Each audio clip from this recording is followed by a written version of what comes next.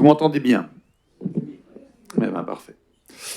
Je représente avec l'équipe ici à côté de moi Samaïa Développement, le demandeur du permis.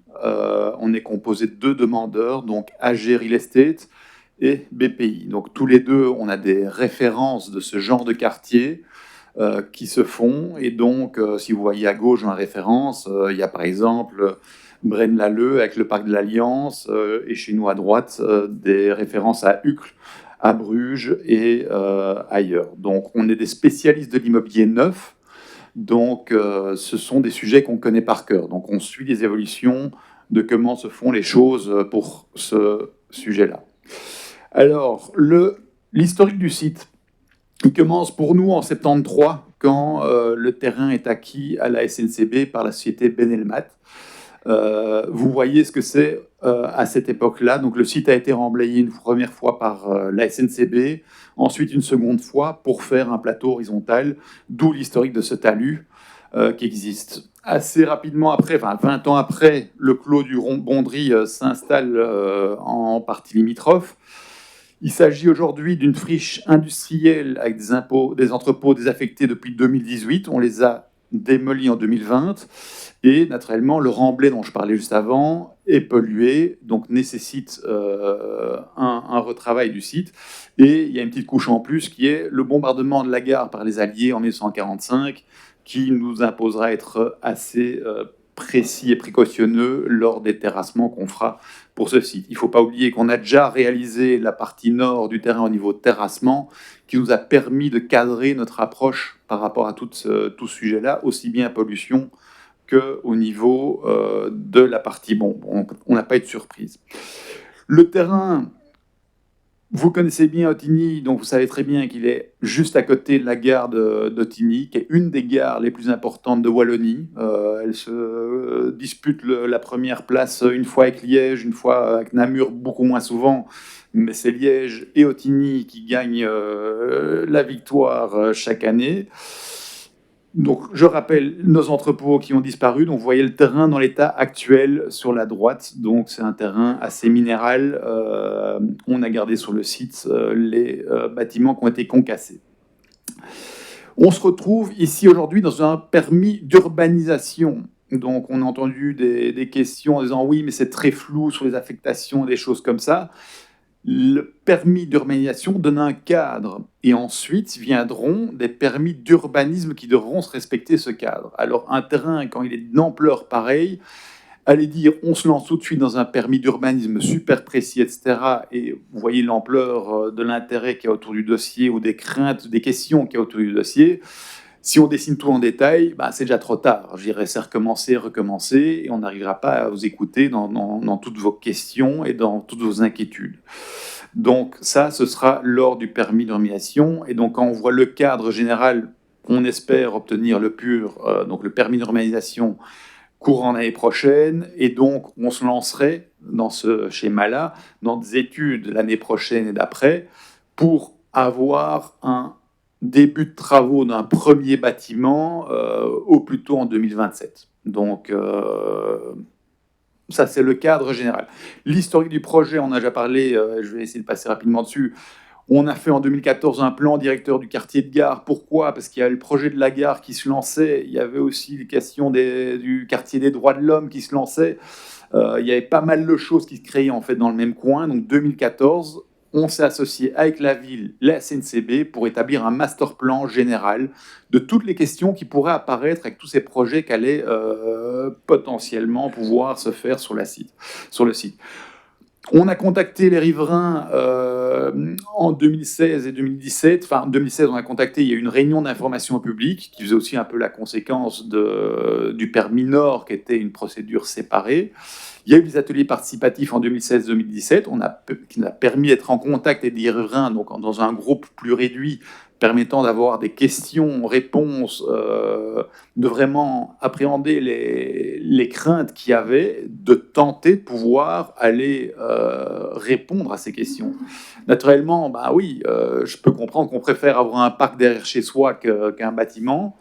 C'est clair que c'est là où il y a une limite à un moment qui se fait de oui, je peux vous écouter, je connais vos craintes, mais je ne sais pas naturellement aller faire un parc à la place d'un site qui est urbanisable.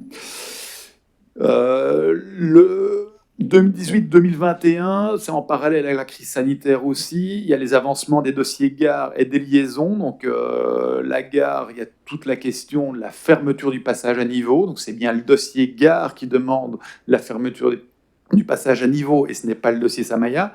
Par contre, le dossier Samaya permet d'avoir une solution par rapport aux questions qui se posent en fermant ce passage à niveau. Mais naturellement, le dossier gare n'était pas assez avancé encore pendant ces années-là.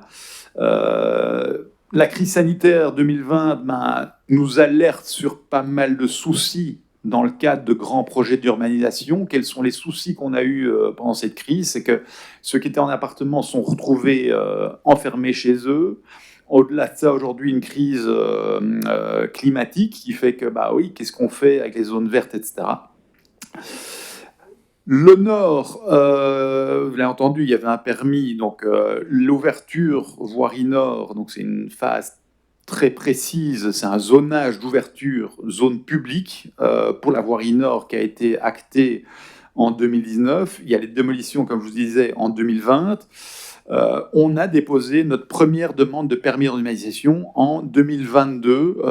C'est pas la première, parce qu'il y a une première en 2021 auprès de la ville, et on a vu le souci de cette tache blanche. Donc 2022 auprès de la région. Et en 2023, pendant un an, on a été en contact avec la ville pour répondre aux questions de la ville sur tous les points techniques que le dossier pouvait avoir. Donc on a eu pas mal d'échanges avec la ville à ce moment-là. Les nouveautés, donc 2023, à la veille de notre réunion d'information au public et la première enquête publique qui a eu lieu pour ce dossier, les premières questions fusées dans la salle, c'est qu'est-ce qui se passe avec le Nord? Il vient d'être annulé, on s'est pris ça à la figure à ce moment-là. Donc on n'avait pas toutes les réponses à donner à ce moment-là, mais bien sûr, et c'est la première piste qu'on a annoncée à ce moment-là, c'est de dire, il n'y a plus de permis pour le Nord, donc on doit le réintégrer dans le Sud. Et c'est ça le grand sujet de notre réunion aujourd'hui, c'est-à-dire qu'on recommence avec une enquête publique, avec une réunion d'information. Donc on va repasser au travers de choses que vous connaissez déjà pour ceux qui étaient là. Mais voilà, donc c'est pour clarifier ça. 2023, le projet des gares se définit vraiment très clairement. Il y a un permis d'urbanisme qui est octroyé.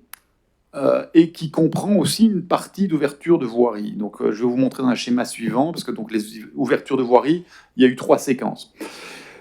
2023-2024, il y a eu aussi un projet de cyclostrade régional. Donc, on nous dit, tiens, on va passer sur votre terrain, on a un peu désarçonné, comment est-ce qu'on va faire? On cherche des solutions, on discutait avec la ville aussi, avec la région, de comment est-ce qu'on peut intégrer ça à notre projet. Et une solution est trouvée et on a coordonné les dossiers aussi avec la province pour intégrer ça. Le permis devrait être octroyé ou sur le point de l'être. Je n'ai pas reçu les nouvelles directement. Nouveauté 2024, c'est que le schéma directeur territorial est entré en vigueur, donc le SDT. C'est quelque chose qui était en projet l'année passée quand on vous l'a expliqué. Aujourd'hui, c'est quelque chose qui est entré en vigueur. 2024 aussi, dans le cadre de la présente demande de permis d'urbanisation, il y avait le volet ouverture de voirie qui a été donné par la commune, par la ville, et qu'entre-temps définitive pour la partie sud. Donc c'est le 3e volet d'ouverture de voirie. Et donc, suite à tout cela, on a redéposé les plans modifiés le 7 octobre dernier.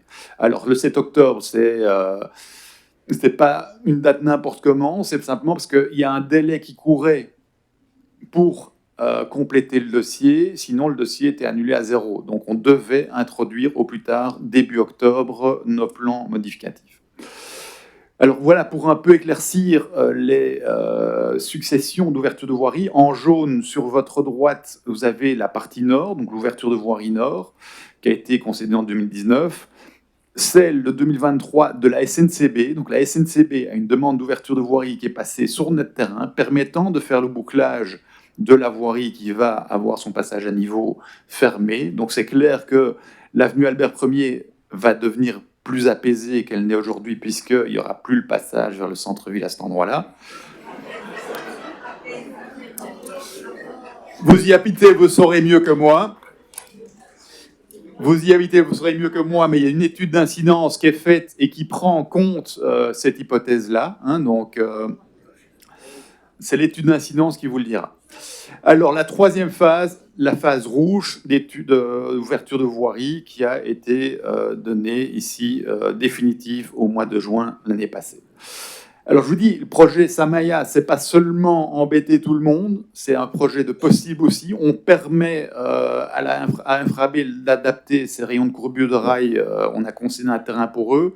On améliore un maillage viaire communal avec mode doux et actif. Donc, il y a la liaison gare qui est nécessaire pour permettre à la gare de fonctionner.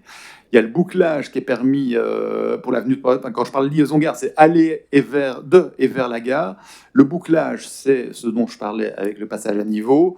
Et on permet des possibilités d'un pont ou de passerelle. Alors, c'est des possibilités. C'est pas notre projet qui impose de prévoir ça. Par contre, on estime avec un terrain qui fait 1 km de long, qui pour l'instant est une barrière dans la ville, on estime que si on peut permettre des liaisons qui sont meilleures, on doit se le permettre. Alors, c'est peut-être pas aujourd'hui qu'elle se réalise, c'est peut-être dans 20 ans. Ça, ce n'est pas nous qui serons maîtres, mais par contre, l'ouverture de voirie le permet.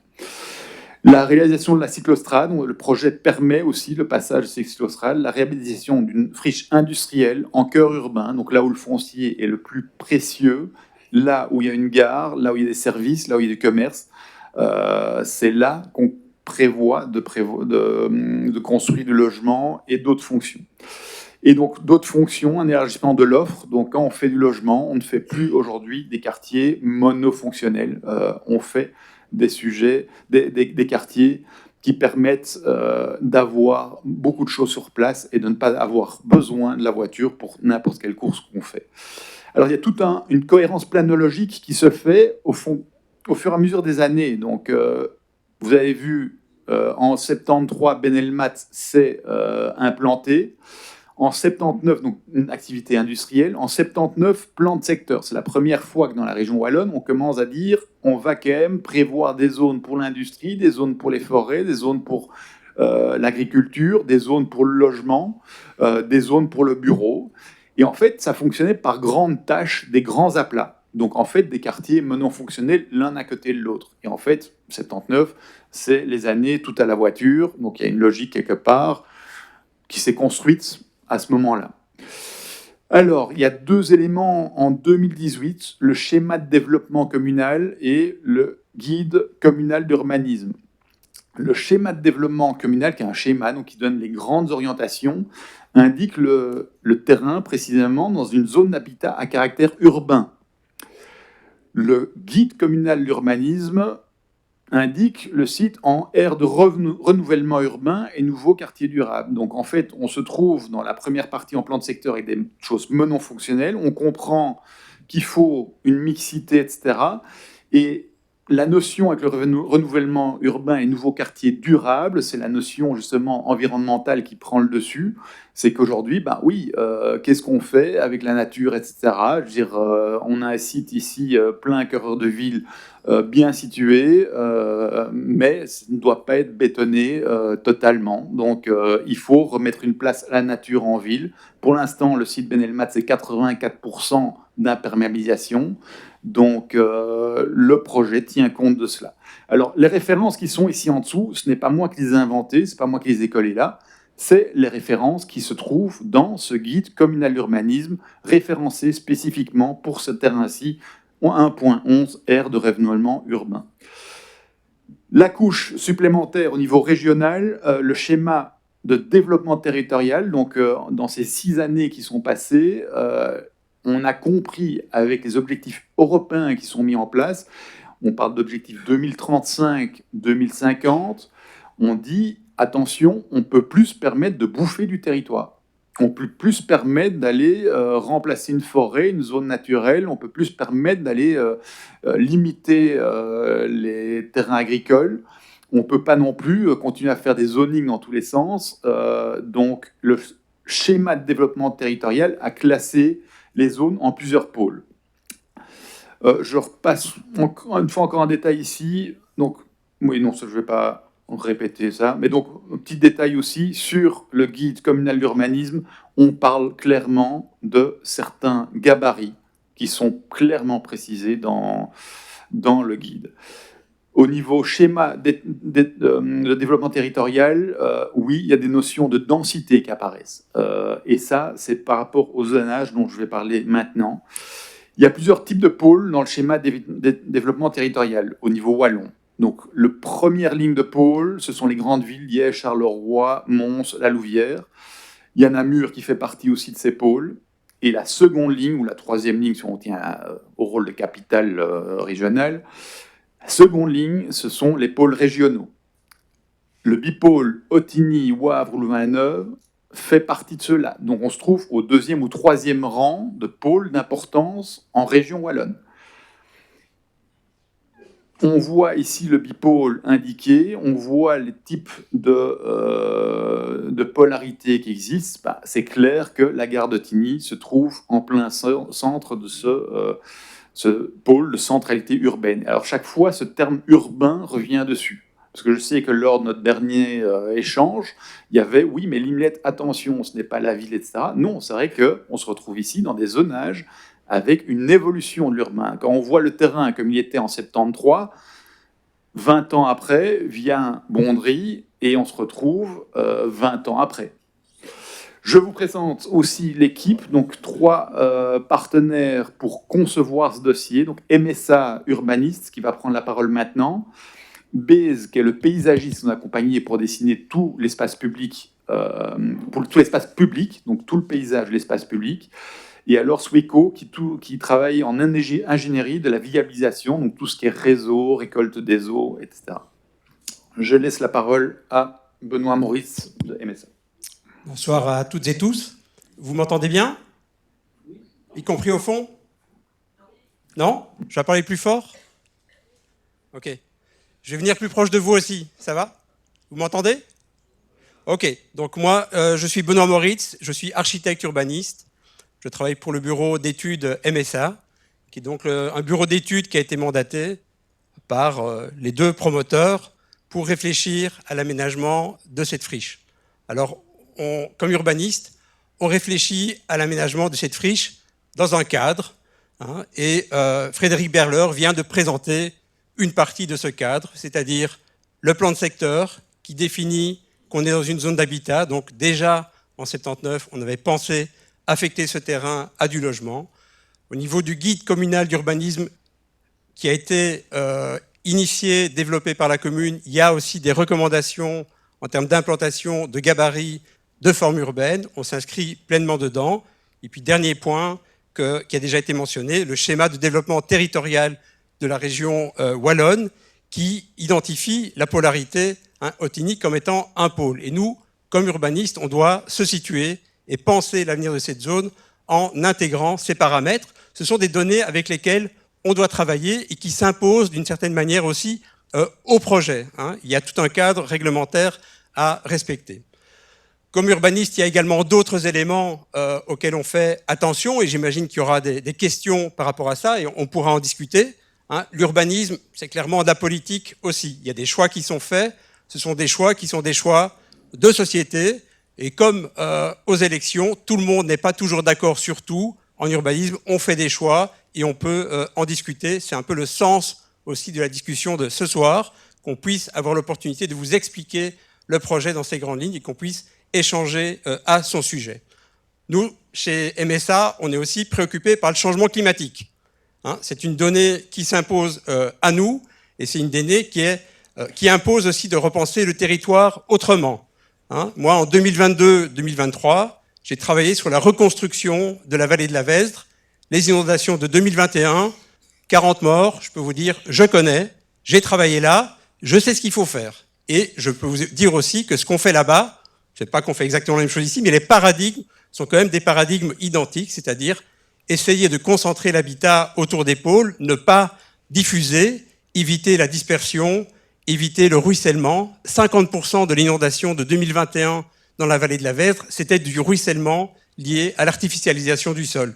C'était pas du tout lié au débordement de la Vesdre, c'est l'artificialisation qui a causé en grande partie l'inondation. Et donc, voilà, travailler avec le changement climatique, c'est quelque chose qui s'impose à nous au niveau de la conception.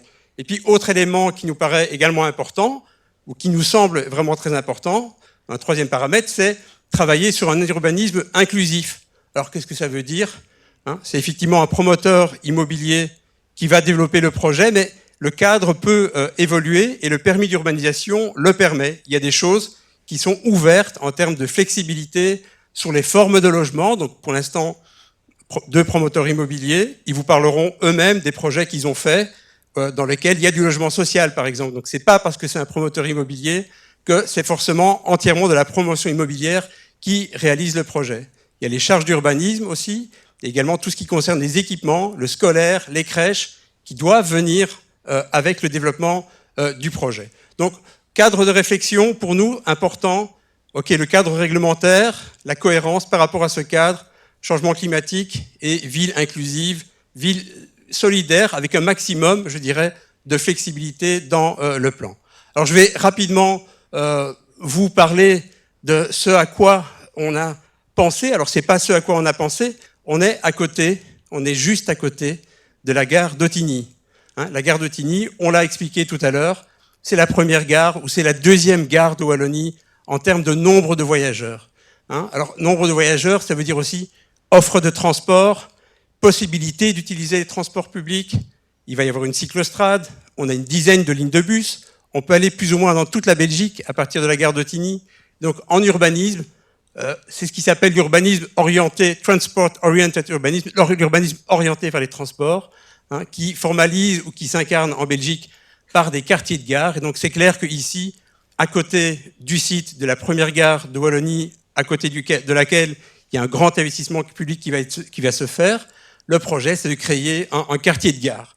Alors, un quartier de gare, ça veut dire quoi? C'est un quartier dans lequel on va essayer, et on pourra discuter du nombre, de mettre ou de capitaliser sur le sol et de mettre des habitants qui puissent utiliser les transports publics. Et ce qu'on fait ici, hein, vous pouvez peut-être trouver ça critiquable, mais on peut en discuter, c'est ce qui se fait ailleurs, dans d'autres quartiers de gare et d'autres villes de Wallonie.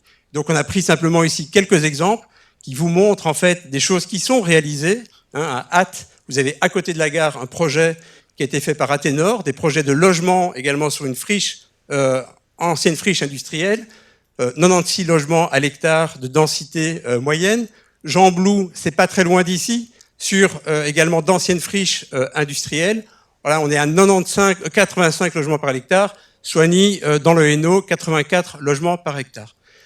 Sur Samaïa, nous sommes à une moyenne de 85 logements par hectare également. Nous sommes dans quelque chose qui est voulu, induit, quelque part, induit par la qualité de la nature de la desserte en transport public. Ça veut dire que l'investissement qui est fait au niveau de la gare, il va être aussi rentabilisé par le fait d'avoir à proximité de celle-ci un certain nombre de personnes qui vont habiter et qui vont pouvoir utiliser la gare. Et cette manière de faire, à nouveau, elle n'est pas spécifique à Ottignies, elle se fait dans différents endroits en Wallonie. Je vous invite aussi à voir ce qui s'est fait dans d'autres villes de Flandre, y compris petites villes.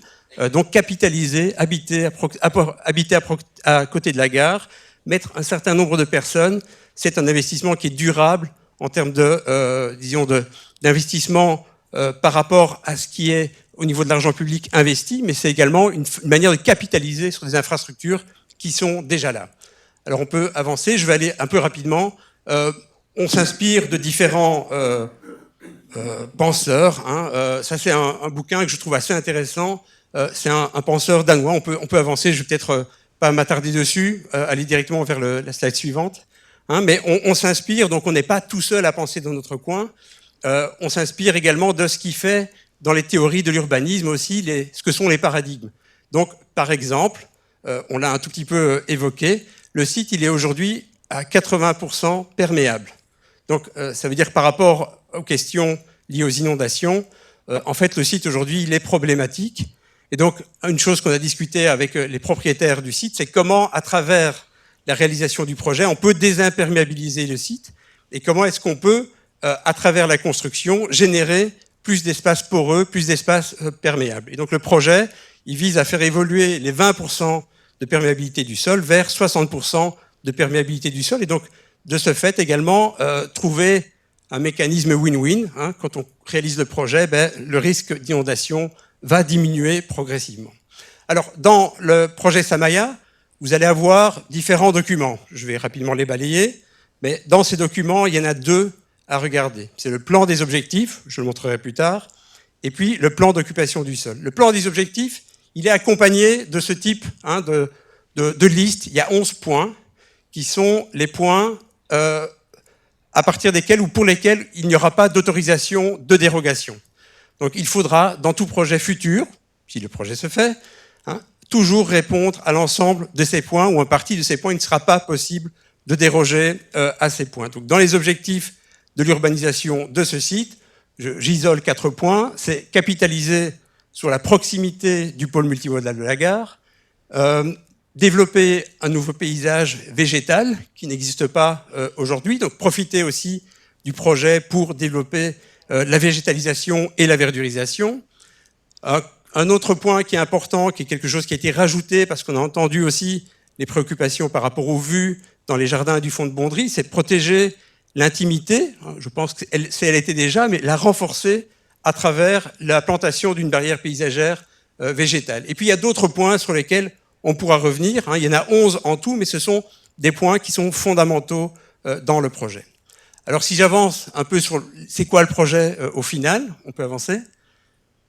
Donc vous avez en fait 11 hectares de terrain, une grande banane filiforme, on va dire, qui suit les voies ferroviaires, et dont la forme est en fait liée à l'exploitation ferroviaire initiale, qui s'est transformée en site d'exploitation Benelmat, et demain, probablement, en tout cas, c'est ce qui est dit depuis 1979, et c'est ce qui est dit dans le guide communal d'urbanisme, dans un quartier habité. C'est ça la vocation de ce quartier depuis 1979, pas d'accueillir des grues, pas d'accueillir une gare du Tech, pas d'accueillir un hôpital, d'accueillir du logement. Et le projet vise à la réalisation de logements. Donc un principe également important, c'est la proximité de la gare, et on y reviendra par après sur les détails. On va travailler sur l'urbanisme de proximité, avoir également un maximum de services qui soient localisés proches de la gare. On peut lire les suivantes. Donc un des éléments de cette intention-là, c'est de créer à l'entrée du site, alors peut-être un peu compliqué, c'est du côté de l'avenue Albert Ier, de concentrer et de créer une place commerçante et animée à l'entrée du site. Donc c'est une place commerçante qui est complémentaire aussi à l'esplanade de la gare. Donc ça veut dire que la gare, elle aura une entrée du côté de l'esplanade, ce qui est prévu actuellement, mais ce qui est proposé aussi pour cette gare, c'est d'avoir une entrée du côté de Samaya. Et de ce côté-là, de localiser des commerces de proximité, mais également des équipements, de manière à concentrer, avoir une offre commerciale pour les futurs habitants, mais également pour les habitants des quartiers environnants, et en faire une place de passage. On peut avancer. Donc voici une vue de ce qu'est cette idée de place commerçante, qui est un peu le lieu central, le lieu de la communauté, là où les gens vont également se rassembler, là où il y aura de l'animation. Et donc vous voyez un peu cette idée de cadrer un espace de centralité avec des fonctions animées au rez-de-chaussée, mais également de la végétalisation, également de l'eau. Et donc des gabarits, on en discutera j'imagine, R+4, R+5, voire plus, mais ça figure également, ça figure également, donc peut-être je me répète, et vous ne m'avez pas bien entendu, dans le guide communal d'urbanisme, c'est autorisé. Donc on joue ou on s'inscrit par rapport à ce guide. On peut avancer. Un autre point important, c'est le fait de travailler avec des typologies habitées qui évoluent dans le temps et qui puissent se réaliser à travers différents chantiers, différents moments. Donc Frédéric Berler a déjà évoqué le fait qu'il y aura à la suite du permis d'urbanisation différents projets. Et donc c'est clair que l'ensemble des logements qui sont prévus, le scolaire, les équipements, tout ça ne viendra pas en une fois par lot de 100, 150 logements au fur et à mesure. Le projet pourra également aussi, lui, évoluer. Le permis d'urbanisation permet cette évolution. Et donc, il y a de la flexibilité également qui est prévue dans le projet. On peut avancer. Règle des gabarits. On en a déjà discuté beaucoup. Je pense que je ne vais pas m'attarder dessus. Il y a une règle gabarit qui commence du côté du Faux de Bondry à R+1, avec des typologies d'habitat unifamilial et qui montent au fur et à mesure qu'on s'éloigne vers des R+3, R+4, etc., avec une mise à distance des logements par rapport au fond de jardin du fonds de Bonderie pour en préserver et en garantir l'intimité au niveau des vues. Donc cette règle-là continue à être d'application, ou continuera à être d'application, mais va permettre de réaliser ces projets en escalier. Oui. Alors, axe de mobilité douce, très important. Le site, il fait 10 hectares, il est assez long, mais comment aller de chez soi à la gare et comment circuler de chez soi vers l'extérieur? Donc, une question également importante, c'est-à-dire pas sortir de chez soi en voiture. Profiter du fait qu'on est à côté de la gare pour aller à pied et de la gare. Oui, mais vous rigolez, monsieur, mais je peux vous...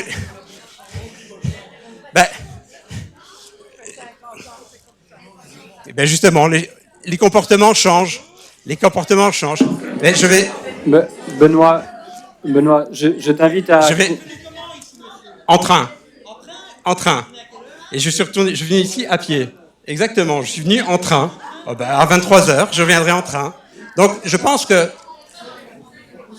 Benoît, je t'invite à continuer la présentation parce que... Voilà, je vais continuer la présentation et je vous demande en fait de respecter mon temps de parole également pour pouvoir aller jusqu'au bout de mon exposé. Moi, je donne cours à l'ULB devant des cohortes d'étudiants. Voilà, j'ai l'habitude de donner cours à des personnes, etc., et des grandes cohortes. Voilà. Alors, donc, pour continuer, je vais continuer si vous le permettez.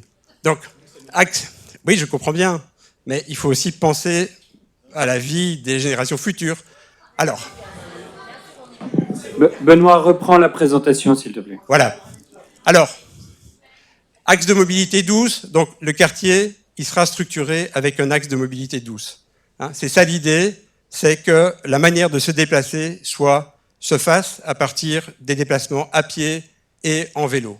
Et donc, la plupart, vous avez un projet de cyclostrade provinciale, qui est mais on pourra toujours aller en voiture, mais on privilégie les circulations en vélo. Bon, je vais continuer.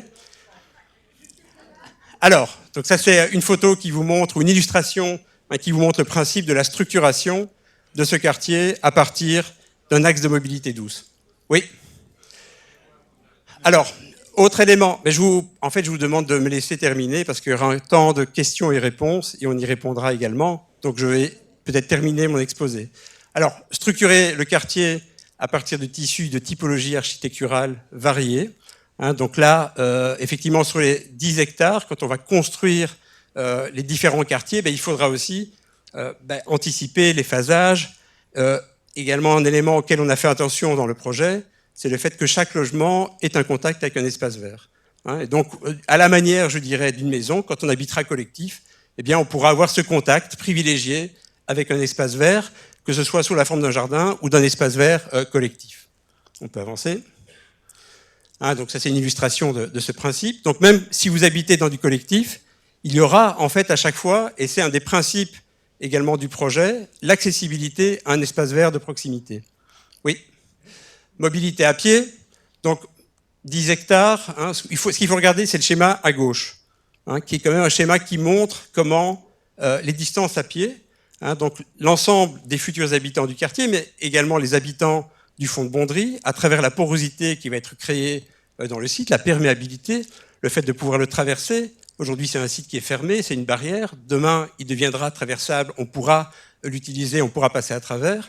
On va se situer à proximité immédiate de la gare et de son offre en transport public. Et donc, on pourra, ce que vous voyez dans le schéma en haut à gauche, traverser l'ensemble du site à 6 minutes à pied, être à proximité du pôle de commerce central du futur quartier, et puis aller vers la gare assez rapidement à partir de ce pôle, 4 minutes à pied. Ça veut dire que quand vous habitez dans ce quartier, en 10 minutes à pied, vous avez accès à l'ensemble de l'offre en transport public qui se trouve déployée autour de la gare.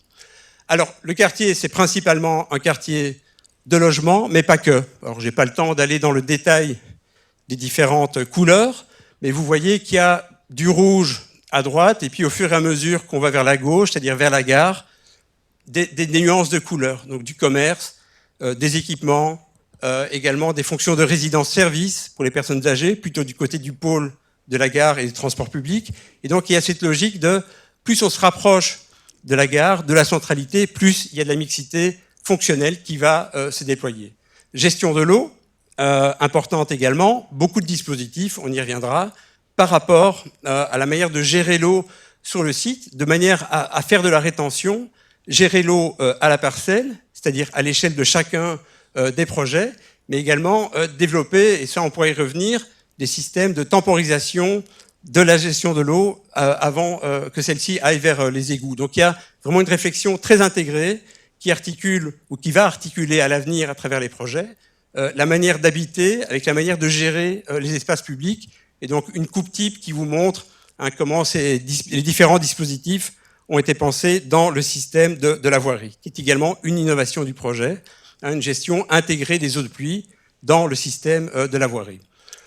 2 parcs publics sont prévus, un au milieu, oui, un deuxième plus au nord, ça on pourra y revenir par après, oui.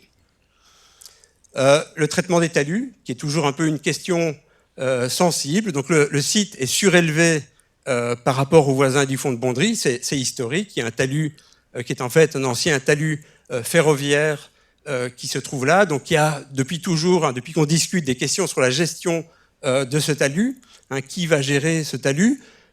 A priori, la gestion du talus est liée aux futurs développements qui se feront sur la partie Samaya. Il y a également une possibilité, à travers une discussion qui pourra se faire avec les promoteurs, de pouvoir rassembler et de pouvoir faire profiter ces fonds de jardin ou ces talus aux voisins du fond de Bondry. On pourra en revenir par après. Il y a une charte qui se trouve également. C'est une possibilité qui est offerte. À nouveau, la flexibilité, soit parce qu'on ne sait pas le dire aujourd'hui, en fait, qui peut dire exactement ce qui va se passer à l'avenir. Donc, voilà. Est-ce que ces fonds de jardin vont être gérés par les futures copropriétés ou est-ce qu'il y a une demande des habitants du fond de Bondry de les prendre en gestion? C'est une question qui est ouverte. Vous pourriez exprimer votre avis à ce sujet par après. Ce qu'on voit également sur la coupe, c'est l'intégration de la barrière paysagère, qui est un élément en plus par rapport à la problématique des arbres actuels. Donc, voilà, abattage d'arbres ou pas, question, comment est-ce qu'on va préserver l'intimité des logements à travers la création d'un écran végétal ou d'une paroi paysagère qui va préserver les vues depuis les futurs logements vers le fond de Bondry et inversement également. Oui. Alors, je vous avais dit, il y a 2 documents importants. Il y a le schéma des objectifs, qui est ce document-ci qui fixe les 11 premiers points que j'avais abordés au départ, qui fixe les grandes lignes au niveau du texte, est accompagné d'un document de ce type qui est en fait un document qui fixe les objectifs du point de vue de sa conceptualisation. Donc, je ne vais pas rentrer dans le détail, mais vous voyez en fait des zones bâtissables, la voirie qui fait une sorte de zigzag pour éviter l'épine centrale qui est en fait une épine dorsale cyclopiétonne avec piétons, vélos, etc. Et toute une organisation des futurs bâtiments qui se fait à partir de cette voirie pour mode actif. Oui. Et puis il y a un autre document qui est important aussi, qui sont en fait les 2 documents graphiquement les plus importants, qui est le plan de l'occupation projetée, dans lequel vous avez des règles qui fixent l'urbanisation ou les conditions d'urbanisation possibles de ce nouveau quartier. Et vous voyez en fait pas mal d'aplats, des taches de couleurs. C'est un document qui est en fait un outil qui est assez technique, mais c'est lié à la réglementation. Vous avez des aplats de couleurs plutôt brun clair, brun foncé pour les constructions, et puis du vert clair, du vert foncé, différentes nuances de vert pour les zones qui sont également non bâtissables. Au niveau des typologies architecturales, une évolution du projet, c'est la possibilité, voire plutôt l'incitation, à implanter à proximité des constructions du fond de Bondry et des fonds de jardin, de l'habitat, alors je regarde exactement l'intitulé, un zonage prioritaire pour le logement de type unifamilial. Donc c'est l'idée de se dire, au fond de Bondry, on aura la maison, les jardins, le talus, puis un jardin, et puis plutôt de l'habitat unifamilial,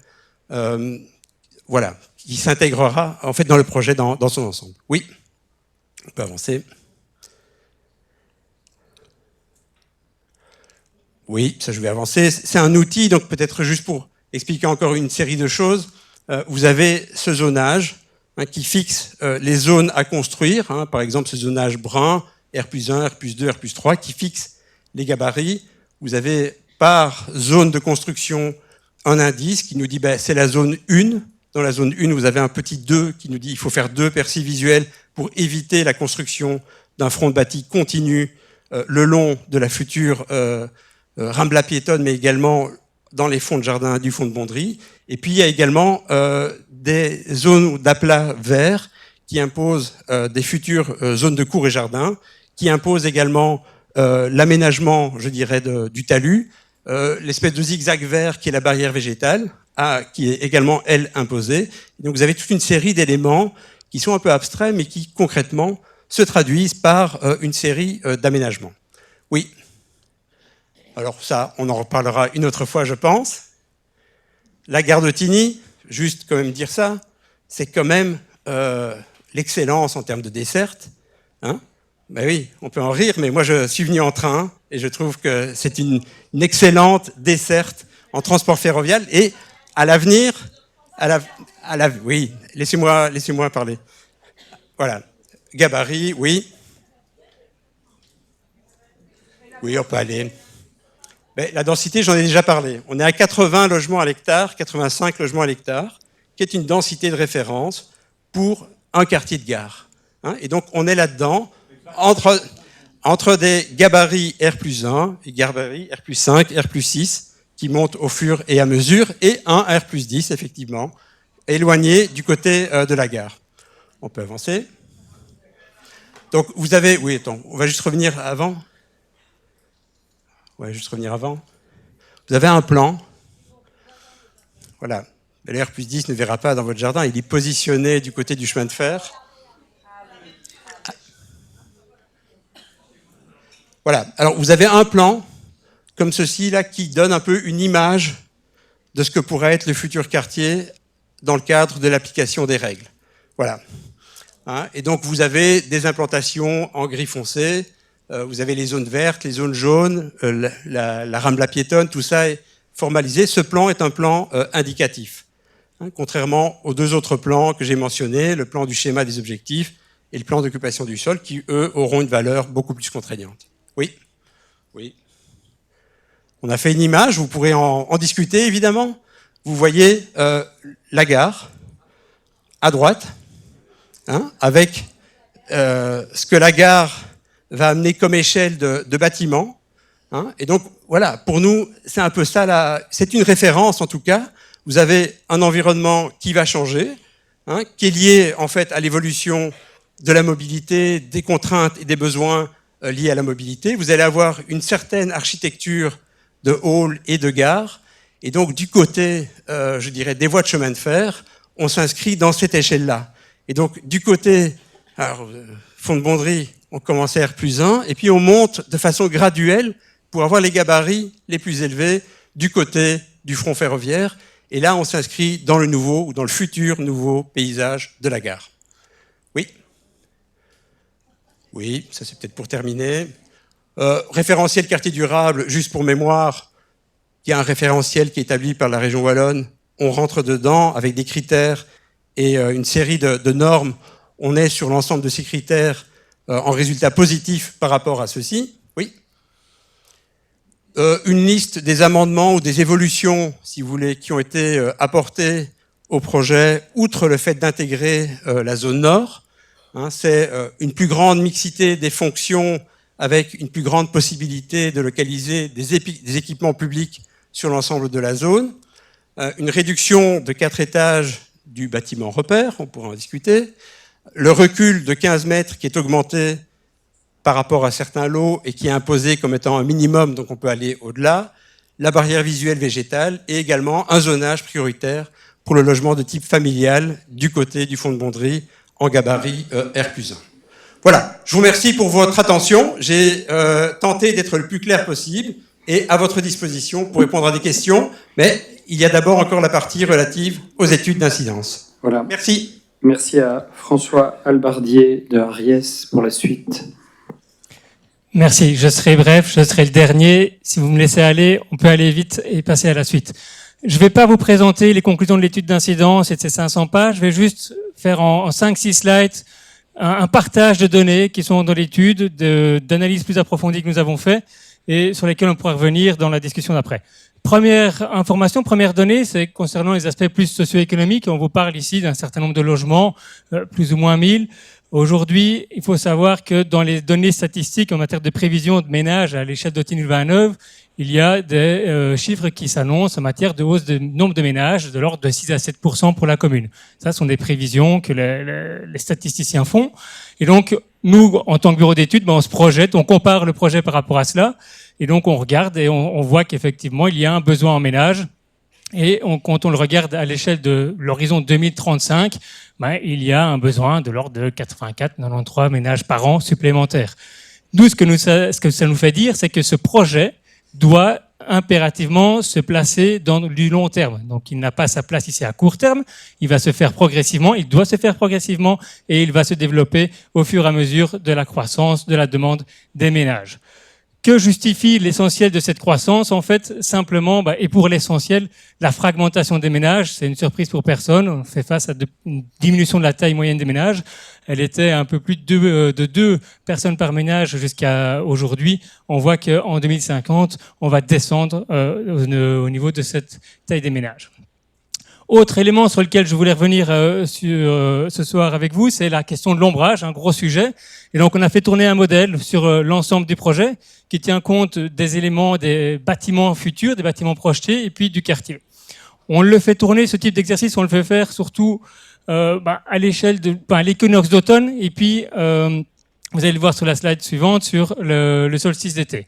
Qu'est-ce que l'on constate? D'une part, c'est que par rapport à l'étude précédente, pour ceux qui l'ont lu, on a supprimé l'effet des peupliers, l'ombrage que génèrent les peupliers qui sont situés en limite du site. Ces peupliers sont remplacés, vous l'avez entendu, par une barrière végétale qui sera plus petite, qui générera aussi son effet en termes de visibilité, de covisibilité, mais aussi en termes d'ombrage. C'est pas très clair, mais si vous lisez dans l'étude d'incidence, vous le verrez. Vous avez donc en trait rouge sur la droite, que l'on voit, la limite de l'ombre portée par la barrière végétale projetée, et en bleu, la limite de l'ombre portée par les peupliers qui sont existants. Vous avez sur la figure de gauche, l'ombre portée en matinée, donc à l'équinoxe d'automne, figure centrale en milieu de journée et figure de droite en fin de journée. Ce que l'on constate en rouge, ce sont les ombres, c'est la majorité de la journée, le projet va générer son ombre, et c'est logique au regard de l'orientation de celui-ci sur soit le chemin de fer, peu d'importance, soit le projet en lui-même. L'ombre portée sur le voisinage quartier de Bonderie va surtout se marquer. Ici, vous avez la figure à 17h, donc fin de journée ici en septembre, sur les jardins, vraiment en toute fin de journée. Ça, c'est une information. On fait le même exercice en plein mois de juin, solstice d'été. Vous avez de nouveau à gauche la situation en matinée, situation en journée, en milieu de journée, et situation en fin de journée. Ici, on est à 18-19 heures, je crois. Vous avez le même constat. L'ombre portée se fait majoritairement durant la journée, exclusivement durant la journée, sur le projet en lui-même. Ce n'est qu'en toute fin de journée que les ombres se portent sur le voisinage, comme dans la plupart de quartiers finalement. Voilà, si vous pourrez rentrer dans le détail de l'analyse de ces données dans l'étude d'incidence. Deuxième sujet important et qui va certainement faire débat ce soir, c'est la mobilité. Alors, la mobilité, on part de constats. Le premier, c'est que le site, vos quartiers, sont caractérisés par une bonne accessibilité routière. Personne ne le contredira. Le site, le quartier, il est aussi caractérisé par une excellente accessibilité en transport en commun et en mode actif. Personne ne le contredira non plus. Alors, ça, ce sont des données de base. Le fait, la proximité de la gare et autres, les arrêts de bus, vous les connaissez. On table là-dessus. On se base aussi, nous, pour évaluer nos générations de trafic sur des données qui sont multiples, qui proviennent d'une part de notre expertise en la matière, mais aussi et d'autre part de réflexions qui sont menées par des universitaires, la conférence permanente pour le développement territorial, par exemple, des données statistiques du SPF, du SPOE, ou d'études plus locales, qui sont le plan local de mobilité. Quand on croise toutes ces données, on arrive finalement à une part modale de la voiture, c'est-à-dire le pourcentage de personnes qui utiliseront ce mode de transport pour se déplacer. Et en l'occurrence, ici, pour le site, il a été estimé à 40%. Voilà, on se projette dans un horizon, je vous l'ai dit, à moyen long terme, 2035, voire plus loin. Et donc, on a estimé cette part modale de la voiture à 40%. Bien entendu, et ça c'est repris dans l'étude, on intègre différents projets dont on vous a parlé, suppression du passage à niveau, nouvelle gare, etc., pour pouvoir faire nos analyses. On en arrive à identifier des flux de piétons, de cyclistes, de voitures, c'est le slide suivant, tu peux encore cliquer, voilà. Et donc voilà, vous avez des répartitions, des nombres de véhicules par heure. Ici, les chiffres qui sont mentionnés sont les chiffres en heure de pointe du matin et du soir. Tout le monde ne se déplace pas au même moment. Ces flux vont se répartir sur les différents accès et sur le réseau routier. Le détail est repris dans l'étude d'incidence, je ne vais pas m'attarder ce soir. Quand on regarde la capacité du réseau, on peut y tirer différents constats qui sont variables suivant les voiries. C'est un fait également. Et là où il y a le plus de problèmes potentiels, bien entendu, sur la N237, avenue des Combattants, ce qui est une surprise pour personne. Alors, autre point important qui fait souvent l'objet de discussion, c'est le stationnement, avec des craintes légitimes de report en stationnement sur les quartiers avoisinants. Ici, quand nous on fait l'exercice d'évaluer le projet, on estime qu'il faudrait de l'ordre de 1400 places de parking. De nouveau, ça se base sur notre expertise et d'autres données statistiques.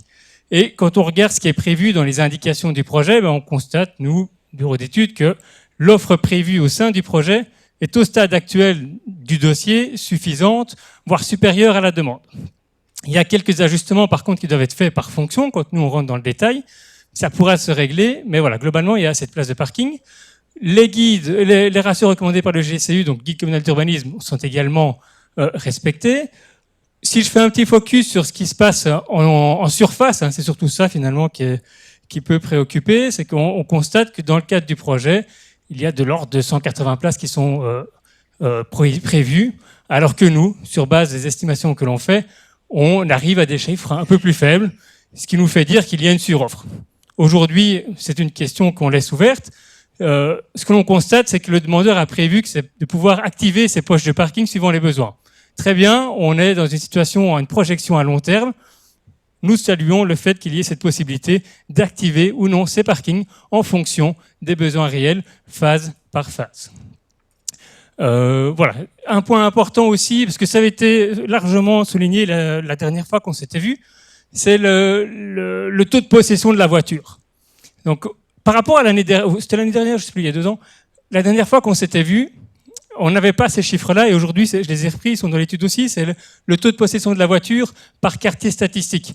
Il y a différents quartiers, Limnet-Centre, le quartier de Jassan, Otigny, c'est des données statistiques, mais vous pouvez voir le taux de possession moyen de la voiture depuis 2017 à 2022 par quartier, et nous, grosso modo, dans l'étude, on se base sur une moyenne qui tourne autour de 1 véhicule par ménage. Vous voyez que c'est variable en fonction des... Vous voyez que c'est variable en fonction des quartiers. Certains quartiers ont 0,80, certains montent à 1,40. C'est une moyenne. C'est quelque chose qui, on se projette aussi à l'avenir. On pourra en discuter. Alors, et c'est le dernier, enfin c'est l'avant-dernier, mais je serai rapide sur celui-ci, parce que vous êtes peut-être un peu moins concernés, mais il faut savoir que dans l'étude d'incidence, on a fait une analyse assez approfondie de l'impact en matière de bruit ou de la compatibilité du projet par rapport au bruit, principalement ferroviaire. Il y avait des inquiétudes ou des questions qui se posaient par rapport à cela. Et donc, on a fait une modélisation acoustique de l'ensemble du site et de son voisinage par rapport aux différentes sources de bruit qui sont principalement le train et la voiture. Vous avez la situation de référence aujourd'hui en haut, la situation avec le projet en bas, avec des effets d'écrans locaux qui vont se marquer par les futurs bâtiments du projet. Dernier point, et j'en terminerai avec ça, c'est la question de la gestion de l'eau. On vous a parlé d'imperméabilisation tout à l'heure.